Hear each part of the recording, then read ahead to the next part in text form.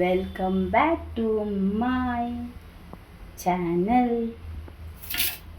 ಇವತ್ತು ನಾನು mushroom plain fry ಮಾಡ್ತಾ ಇದ್ದೀನಿ. ನೋಡಿ, ಪ್ಲೈನ್ ಏನು ಬೇಡ. ನೋಡಿ, ಯಾರಾದರೂ ನೆಂಟರು ಬಂದ್ರೆ ನಾನ್ ವೆಜ್ ತಿನ್ನಲ್ವಾ, ತಕ್ಷಣ ಒಂದು ಸ್ವಲ್ಪ ಆಯಿಲ್ ಹಾಕಿ ತಕ್ಷಣಕ್ಕೆ ಮಶ್ರೂಮ್ ಹಾಕಿ. ನೋಡಿ, ಮಶ್ರೂಮ್ ಈ ಥರ ಕಟ್ ಮಾಡಿ ಇಟ್ಕೊಂಡಿಟ್ಟಿದ್ದೀವಿ. ಚೆನ್ನಾಗಿ ತೊಳೆದುಬಿಟ್ಟು ನೀಟಾಗಿ ಕಟ್ ಮಾಡಿಟ್ಟಿದ್ದೀವಿ. ನೋಡಿ, ಈ ಥರ ಮಾಡಿ ತಕ್ಷಣಕ್ಕೆ ನಿಮಗೆ ತಕ್ಷಣ ಆಗುತ್ತೆ ಗೈಸ್. ಏನು ಬೇಕು ನನ್ನ ಹತ್ರ ಕೇಳಿ.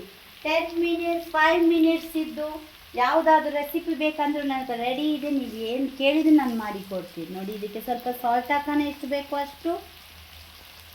ಆ್ಯಂಡ್ ಇದನ್ನು ಚೆನ್ನಾಗಿ ಮಿಕ್ಸ್ ಮಾಡೋಣ.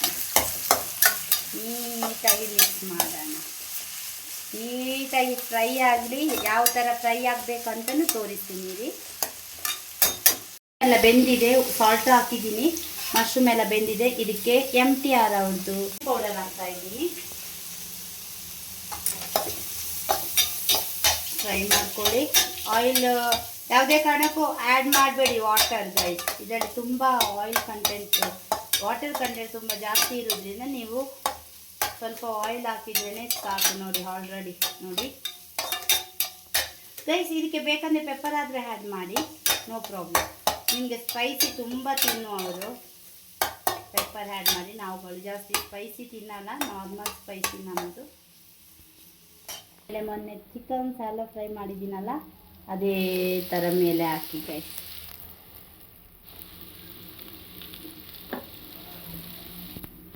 ಟೊಮೆಟೊ ಹಾಕಿ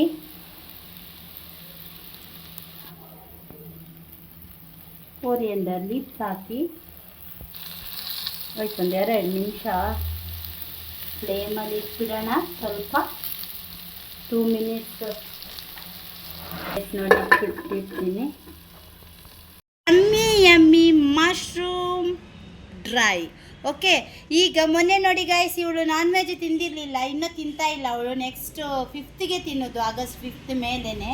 ಸೊ ನೋಡಿ, ಅವಳಿಗೋಸ್ಕರ ಇವತ್ತು ನಾನು ಮಶ್ರೂಮ್ ಡ್ರೈ ಮಾಡಿ ಕೊಟ್ಟಿದ್ದೀನಿ. ತಿಂದು ಟೇಸ್ಟ್ ಮಾಡಿ ನಿಮ್ಗೆ ಹೇಳ್ತಾಳೆ.